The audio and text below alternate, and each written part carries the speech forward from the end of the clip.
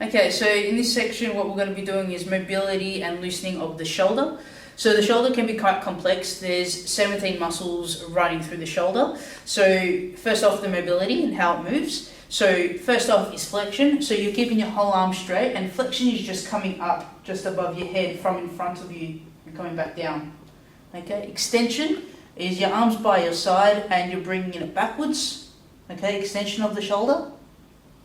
Now, abduction, okay, imagine that there's a midline splitting throughout your whole body, okay, and abduction is just bringing your arm away from the side, okay, and coming up towards your head, okay, and adduction is from the side here and adding towards the midline of your body here, that's adduction, okay. There's also internal rotation, so up right here, internal rotation is turning your hand inwards, okay, coming back up to a neutral position. External rotation is rotating outwards, okay. Horizontal flexion, arms out to the side.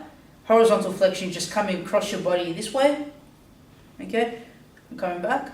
Horizontal extension is from this area here and we're going backwards there, okay. So that's all mobility of the shoulder, okay. Now, loosening up will involve loosening up the shoulder region, surrounding muscles, which includes your upper back, the chest, and your upper arm here as well. So we'll just jump on your myofascial roller, and what you're going to be doing is jumping on, so from the mid-back here, okay, jumping on your myofascial roller, and all you're going to be doing is you can leverage with your feet, okay, or with your arms, okay, depending on what's more comfortable, okay, and you're just going to be walking your feet down. Wherever you find a tight spot, give it a hold, okay, nice and relaxed, for at least 30 seconds, and then work your way up. Okay, walk your way up, find a tight spot, give it a hold, at least 30 seconds, okay. Now, when you make your way up to this section here, okay, up into your neck, okay, you stop just there, okay, or you can do it just at your neck here. Okay, when you're doing it at your neck, if you choose to do this, there's absolutely no leverage, so there's no raising of your hips or pushing down with your feet, it's just a rest here. Okay, and you can get some tension just out of your neck muscles here. Please, no tension, no pushing of anything. Okay, your neck's a very sensitive area. So, next, what you can do is turn, it doesn't matter if you have half this size roller, that's totally fine. If you've got a full length roller like this, what we're going to be doing now is opening up our pecs. So our pecs are our chest muscles, okay, and what you want is, you want at least if you've got a half roller, make sure that your mid to upper back, including your neck, is, including your neck is supported. Your head and neck must be supported at all times, okay, so find a spot on a half roller if you've got one, to find that there. Okay, now having your feet bent, okay, gives you a lot more leverage. Now you will feel, when your hands are out there, you may feel a little bit of tension, okay, in your spine. You can lay like this, it's unlimited time, you can lay like this for as long as you like, okay, but doing this and doing some deep breathing through your chest, okay, and your hands are out, what this will do is just open up your chest area, okay, and lengthen out your pec muscles. So your pec muscles normally inside your sternum. Your sternum's a muscle your bone that's in the middle of your chest. So it starts there, and your pec muscles do insert into the upper bit of your arm, okay, into one of the bony landmarks in there. So you want to lengthen out this whole area. Now, with this angle, okay, this is just straight out, you're going to be targeting pec major, okay, which is the bigger pec muscle. A pec minor does something slightly different, okay, and that's underneath the pec major muscle. And to get that muscle lengthened, you just need to raise your arms. So just bring your arms out. Again, deep breathing through your chest, okay.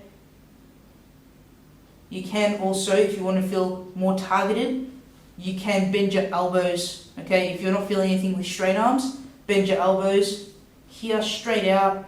Pec major, and pec minor is just a little bit higher. Okay.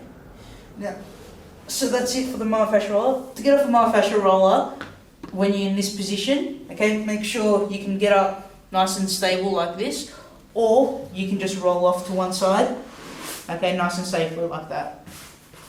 So now I'm going to take you over to the wall. We're going to need our ball here. So with this one, we're loosening up more upper back muscle. So our shoulder blades is that bone here, that's in our backs. Now normally between your spine and your shoulder blade, the main muscle in there that we want to work on is the rhomboids, and their muscle fibers come across ways and they stick on your lower back, on your upper back here. And what you want to do is wherever you are comfortable putting the ball, make sure you never roll on a bone. So it's always in between your shoulder blade, the middle of your shoulder blade and your spine here. And you're working from the bottom of your shoulder blade, which you should be able to feel just a bony bit just down here. And you're finding that spot. Now, I'm doing these exercises on the wall. If you're a little bit more advanced or you can't feel it while you're pushing on the wall, you can do these on the floor as well. Okay, so once you find a tight spot, hold there for 30 seconds. Now, with the upper back and shoulder trigger point releases, you may feel referral patterns. So a referral pattern, when you're holding a particular point and you feel it tight, you may feel shooting pain or sharp pain going somewhere else. That's totally normal and that's okay. If you start feeling tingling, that's when you need to stop and move. But the shooting pain, that's totally normal. It's just that trigger point is just connecting to another trigger point, which will release once this one has died down.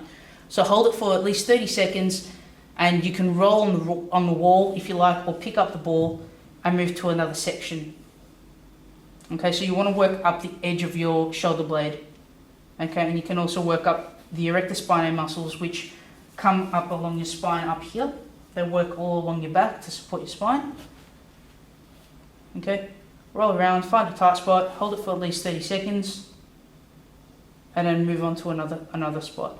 Now you want to work all the way up to your upper traps. So the upper traps are these muscles here. So if you work all the way up there and find the wall, okay, these can be quite tender. Okay, they get used a lot. So loosen them up. Again, if you're feeling tingling, stop and move to another point. That just means you're sitting on a nerve. If you're feeling the shooting pain, that's normal. It's just a referral pattern to another trigger point. Okay, so once you've done all that upper area, we can also do our deltoids. So our deltoid muscles are these muscles here. Okay, this chunk of muscle here. There's 3 fibers. Okay, so there's the front, the middle, and the back. So leaning up against the wall, what you want to do is find the base. So the base of your deltoids is pretty much the length of your fingers, and you'll find the base of your deltoids. Okay, or if you're really defined, you'll be able to find where they are. Okay, and leaning up against it. Now these can be quite tender. They don't normally get worked on. And you want to work with the fibers of the muscle. So you want to be working up and down. The fibers go down striated this way. Okay, working all the way up. And just working your way down. Find a tight spot, hold it for 30 seconds. Okay. Now, because there's a front, a middle, and a back, you want to work your front deltoid, your middle deltoid, and your back deltoid all in different sections. Okay. In between, there's really thick fascia in between the middle, back, and the front. So make sure you get in there as well. Find a tight spot, hold it for 30 seconds, and then move up. Okay, I'm going to take you back to the floor now. We're just going to do a little bit more loosening on our pecs, okay, so our chest muscles on the insertion points. So with this, what we're going to be doing is we're going to be lying flat on our stomach, and you're going to have your ball with you. Now, we want to start off with our palm facing the ground, and you're going to be finding the inside of your shoulder joint, so where your shoulder meets the rest of your body. Okay, you'll be able to feel that in there.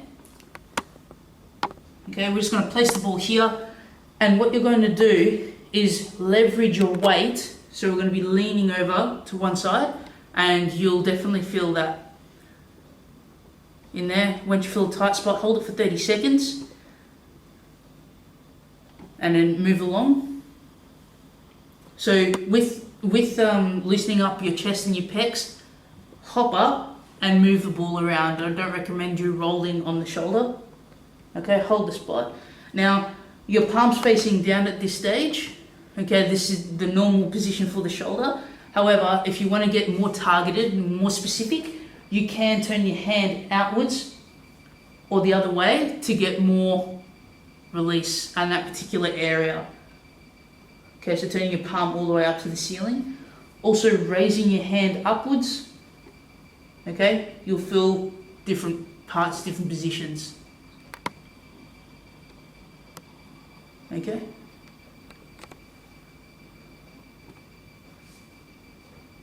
Just slowly move it. Make sure you're leveraging. Okay, if it gets too much, we can back off and we can lean the other way. Okay, so that's mobility and loosening of the shoulder.